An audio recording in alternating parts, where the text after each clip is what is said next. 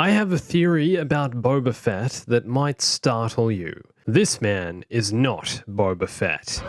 This is a clone trooper who's taken on Boba's persona, an imposter. Why do I think this? Well, for a number of reasons. Spoilers for The Mandalorian Season 2 ending. The Boba Fett spin-off, titled The Book of Boba Fett, seems to show a competent Boba who's possibly more in control of his life than ever. This guy looks like he knows what he's doing, as opposed to this guy who, let's be real, is more menacing while just standing still in a corner. But wait, why is he back on Tatooine? What does he want with the Hutts? Why did he kill Bib Fortuna? Well, maybe, just maybe, because this is not Boba Fett.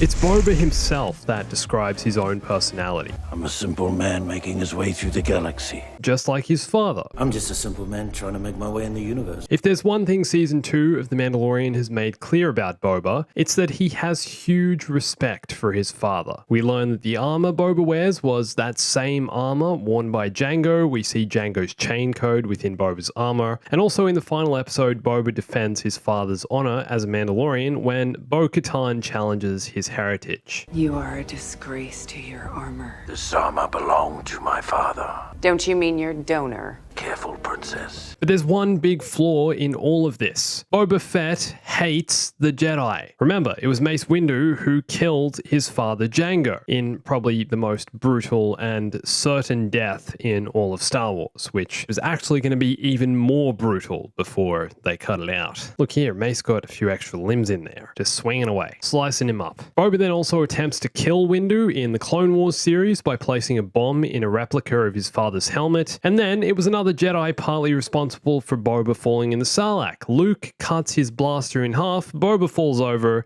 and then Han whacks his jetpack and his fate is sealed. The digestion process of 1,000 years begins. Until Boba escapes somehow, which I'm really hoping will be explained in the Boba Fett series, but hey everyone, it's Andrew. So what I'm trying to say is it's so clear Boba hates the Jedi. We've all known this for ages, so why in the world would he help Din go and rescue Baby Yoda, knowing the child's going to be trained as a Jedi by the same Jedi partly responsible for sending him to the Sarlacc pit? Because this here is not Boba Fett. Boba's actually probably still in the Sarlacc or dead somewhere on Tatooine, and this is a clone trooper. Now, I know there's a few flaws in this theory. First of all, what's another clone doing on Tatooine? Second, Boba was supposedly the only clone, or one of the only clones, not to experience accelerated aging. This was Jango's request. The other clones were created with accelerated aging to ensure they were ready about 10 years after the order for the clone army was put in on Kamino. But Jango requested one unmodified clone for himself, a son, to not be given the accelerated aging. Yep. But now let's take a look at how old Boba is actually supposed to be. Boba was born in the year 32 BBY, 32 years before the Battle of Yavin. The Mandalorian is set in the year 9 ABY, 9 years after the Battle of Yavin. So here, Boba Fett should be about 41 years old. But does this look like a 40-year-old to you? Tamora Morrison, the actor who plays Boba, turns 60 in a few days, so he's actually closer to the age of a clone with accelerated aging. I guess he's kind of in between. A clone would supposedly be about 80 in human years by this point, but maybe the aging slows down as they get older. We obviously see some clones in Star Wars Rebels, which is set a few years before this, but you know, they're getting on in the years, but they're not that old. Now, that's not all. Boba Fett pre and post Sarlacc pit seem like two different people. Sure, neither of them really talk too much, and when they do, it's usually some badass one-liner. As you wish.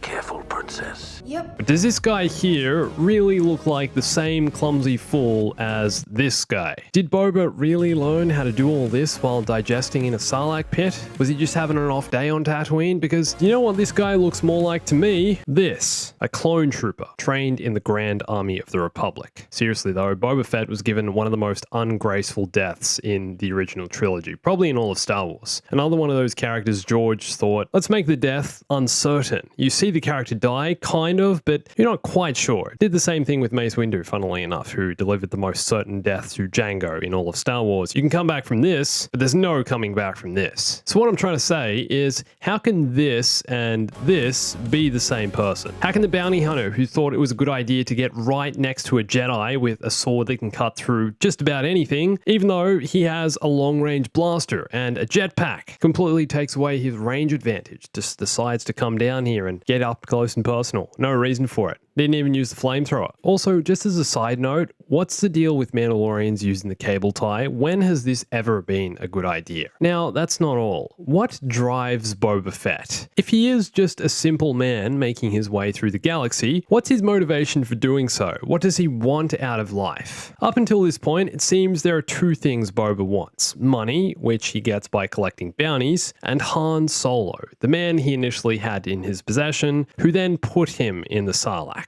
Everyone knows Boba Fett hates Han Solo. Yep. We don't know the reason why Boba's decided to take over Jabba's palace. What's his purpose here? Does he want power, control? I don't think so, but this is seemingly what they're setting him up for, because the person, or weird alien, or giant space slug who sits here does so because they both want and like power. But that's never been what's motivated Boba. To be honest, we still don't really know much about the character. Boba's always been a mystery since his first appearance in the holiday special. This is the first time anyone ever saw Boba Fett anywhere before Empire Strikes Back, before anything, back in 1978. And I made a video about this you can check out. But the point I'm getting at, Boba's always had a mysterious backstory, and I don't think anyone can say they fully understand the character. The only reason I can think of for Boba taking over Jabba's palace, which I'm assuming he'll be renaming Boba's palace, is to somehow get back at Han Solo.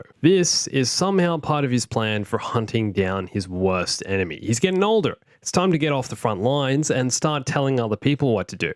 So he's going to hire a bunch of bounty hunters to hunt down and bring Solo to Boba's palace. I just had another thought. What if Mace Windu's still alive at this point? He still wants to kill the person, the man, the Jedi who killed his father. So he's setting up an operation here to go after Mace Windu. Another thought, probably more far-fetched than Han Solo theory. Or this isn't Boba Fett. Because Boba doesn't want power, he's just a simple man, remember?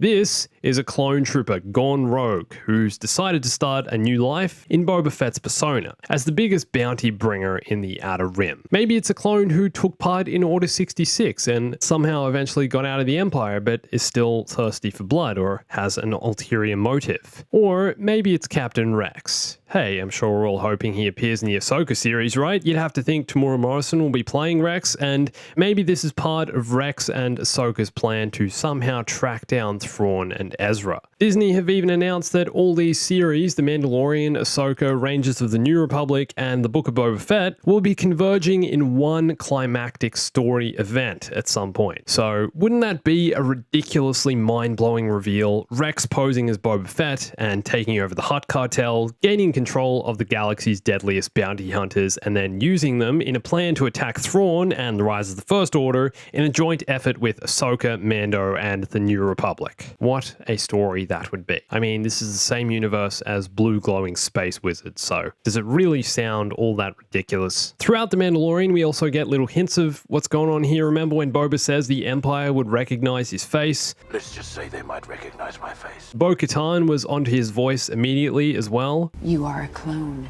I've heard your voice thousands of times. Yep. And yes, although Boba does have the voice and appearance of Jango, just like all the other clones, wouldn't this be the perfect cover for one of his clone brothers to just jump in there and take his place? For you see, Boba Fett is no longer just a bounty hunter. The name Boba Fett is a legacy, spawning from the original template for the clones, the most efficient, possibly the most coordinated army in the history of the galaxy. They killed the Jedi, for goodness sake. I'm sure one of them can pretend to take the place of their unmodified clone brother who looks and sounds exactly like each and every other clone. And is it really that easy to get yourself out of a Sarlacc pit? Yep. Hope you enjoyed this. Love to hear your thoughts. Why is Boba back on Tatooine taking over the palace? Or is this not really Boba? Are we going to see Captain Rex, Ahsoka, all these other characters? What's going to happen? You can check out that video I mentioned earlier about Boba's first ever appearance here. It's really cool. Actually, the best part of the horrendous holiday special. Everyone's everyone's favorite piece of Star Wars cinema. And come send me your theories on Instagram, Twitter, and my Discord. You can come chat in our Mandalorian discussion over there, as well as everything else Star Wars. And thanks for watching this. My name's Andrew. I'll catch you soon. Stay bombastic.